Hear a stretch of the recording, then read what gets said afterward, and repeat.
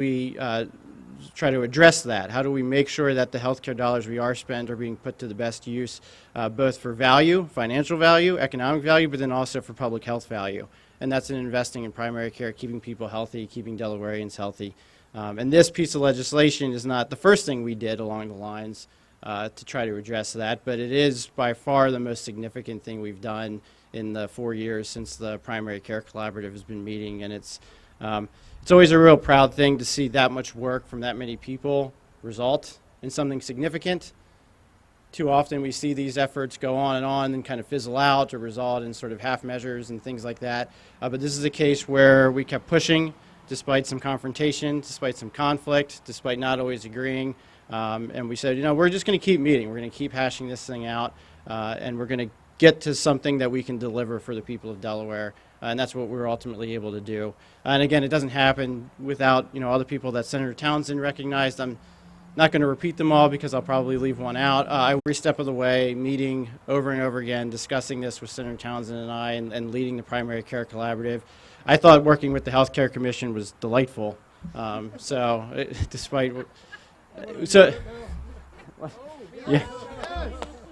We'll see. Dr. Fan, we really wouldn't, that sort of clinical expertise you're able to provide to the business of running a small practice and being on that ground level was so valuable to somebody like Senator Townsend and I, who have not been medical professionals before in our life, and we really wouldn't have been able to come to such a good spot here with this legislation without your leadership right there with us. So thank you for all of that. And again, I wouldn't just say thank you to all my colleagues, and this doesn't represent an end point. This kind of launches us into a new starting point here as the work's going to continue through the Office of Value-Based Healthcare under the Insurance Commissioner's leadership, and continue work with DHSS and the governor and the legislature. So I look forward to continuing that work at least until November of 2022. And thank you, everybody. And I guess my job is to introduce now our fearless Secretary of the Department of Health and Social Services and a great leader on this issue, Secretary Molly McGarrick. Hi, everyone. Good afternoon. So I'm going to try to cut down remarks and not repeat what people said before, but I do think I do need to repeat the work of the Primary Care Collaborative, especially co-chair and our Healthcare Commission Chair, Dr. Fan, who is amazing and a fearless champion. And also have others from the Medical Society here, Dr. Taylor, Dr. Burdett, others who, Dr. Gill, who have been alongside us this entire pandemic, before the pandemic, and we would not be where we are today without your leadership. And it really is appropriate that we're gathered here at the Medical Society today, because when we're talking about primary care, it really is the most trusted relationship in the healthcare system. From the patient's trust of their pediatrician to them being older and potentially having to manage multiple chronic conditions, it is the primary care clinician, by their experience, training, and their empathy and compassion, that really validates and creates a profound relationship that keeps patients healthy. And so this legislation validates that relationship and invests in it so that it can continue into the future. And with ever-increasing healthcare costs in our state, we know we need to move our healthcare delivery system away from services and volume and move to patient-centered outcomes and value-based care. And other states who are ahead of Delaware in that mission have primary care as the foundation of that work. And again, that's why this legislation is so critical. And so we need to do better, and with the governor's signature today, we will start doing better. When I worked for Beau Biden, and I know many of you have heard this famous Biden family saying over the years, don't tell me your priorities, show me your budget, and I will tell you your priorities. Prior to this legislation being signed and going into effect, we spend 4.5% of our healthcare dollars on primary care.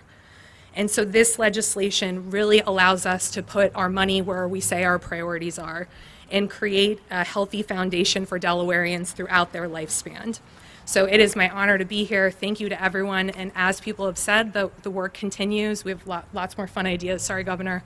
And with that, it is my honor to turn it over to the Lieutenant Governor, who many of you know is a fearless and dogged champion for primary care, for public health, really for the health and safety of all Delawareans. Lieutenant Governor. Thank you, Madam Secretary. Joy saying that. I really am delighted to be here. When I look to our secretary and to our incredible sponsors of this legislation, and I know as our governor's heart mentioned about the Healthcare Commission and our secretary, today is another step, another tool in the toolkit for a stronger, healthier Delaware. And as I look to my colleagues, not only here at the Medical Society, but my friends in the advanced practice registered nurse world, where I just came from leading a dissertation this afternoon, it is really about coming together, providing entree for all families, all zip codes, to be comfortable in a place where they can provide both behavioral health and that physical health that is necessary. And I know to my incredible Senate colleagues, as well as the representatives and Representative Bombach, when we get you present along with our Secretary of Finance, we know it's about not only our health, but the economics of our community. And as our Secretary indicated, putting more funds in preventative health, where the community, the rubber hits the road, is the right direction and the right way to go. And the beauty of the Delaware way in our Senate and House, we learn through these models, and there's a lot more to do. I am sure we're going to tweak some things. I'm sure we're going to have changes, improvements. That's what matters. And at the end of the day, as our country's spending 18% on health care, gross domestic product, let's make sure we're getting those outcomes. So I'm excited. I know we're on a tight timeline probably with the governor's schedule, so I won't say anything more, but just to say, good job, wonderful opportunity while we begin this journey. And the final thing I'll say, thank you to my friends during this COVID battle. It has been tough. I know the burnout, I know the stress, and this is another way that we're going to make sure to provide the necessary support for the soldiers in the front line, our healthcare providers. So, Governor, I think I turn it back to you, sir. Thank you, Madam Lieutenant Governor.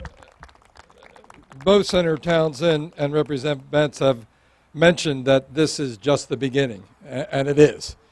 And the person in the agency responsible for a lot of the hard work going forward to determine what amount is being spent in different areas and to approve those insurance contracts is our insurance commissioner, and Trinity Navarro is here, and I'd ask him to come forward and tell him about how he's going to make this work. He's the guy who has to make it work. Good afternoon. I guess I'm last. Just wanted to say thank you for your time. It really is a pleasure to be here. And I know that Dr. Fan has been recognized multiple times. You know, this endeavor is a success that's taken multiple years because Dr. Fan wouldn't let it fail. I will say that she stayed on us. She made sure that we stayed focused. And it's tough sometimes dealing with legislators and elected officials and the stakeholders here. So once again, kudos to Dr. Fan. So since the General Assembly created the Delaware Department of Insurance Office of Value-Based Healthcare Delivery, we've been working with our stakeholders for the last several years. And we really looked to create a roadmap aimed at increasing access to high-quality, affordable health care. We knew that primary care doctors were leaving the state of Delaware at an alarming rate. We knew that primary care doctors were moving to concierge service. And we knew that the best way to help people stay healthy is to make sure they're healthy. And that the importance of primary care, finding things, I know my colleagues already said this, but finding things and illnesses in folks that we can treat early on before they get to the ER is really, it's about spending money now and saving tremendously later on. So with the signing of this bill, those plans will be put into action. So just have a few lines here. This is a three-pronged approach outlined in this bill: increasing investment, creating cost containment mechanisms, and expanding alternative payment model adoption, which will ensure that the investments made in primary care and value do not result in unsustainable increases in total cost of care for our residents. And for me, most importantly, while not increasing insurance premiums. In the end, compromise and sacrifices had to be made by legislators, regulators, providers, hospitals, and insurers. As it so often does, progress requires a collaborative approach. So with this partnership and the involvement of our stakeholders, we're moving toward a healthier Delaware. Now, our office will be issuing a bulletin in the very near future with more information about this bill, as well as how individuals can comment on our regulations that will be forthcoming.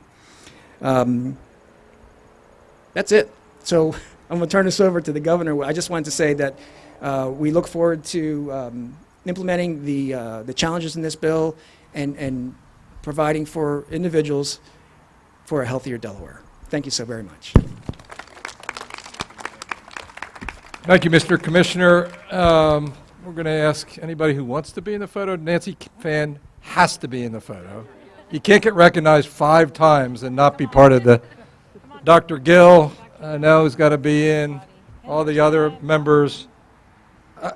Senator Townsend thanked everybody else profusely. He did not mention his own efforts, which were monumental, and I want to thank Senator Townsend again.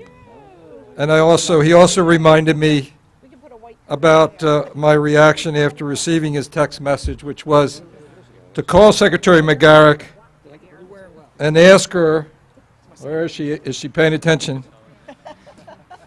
To ask Secretary McGarrick how this fit into the efforts that we had in place since Dr. Odom Walker's tenure, where we were attempting to address the rising healthcare costs, and this became another mechanism for doing that. And let's just say she said in her own way, if not now, when? If not this, what? We had a series of other ideas that we were looking at from the states of Vermont, Massachusetts, Maryland, but this was the one that was in the legislature moving through. So many people had bought into it, and so this is the vehicle that we're riding. Senator Townsend, Trini, Madam Secretary McGarrick, Madam Lieutenant Governor, Dr. Tan, and all the Fan, and all the rest of you. And so it's my privilege as governor to complete this stage. And I should also point out that Senator Sokola and Senator McBride are both co-sponsors of this bill and also here with us. It's my privilege to finish their great work. Senator Townsend, Representative Bentz, Senator Sokola, Senator McBride, Dr. Fan, and everybody else.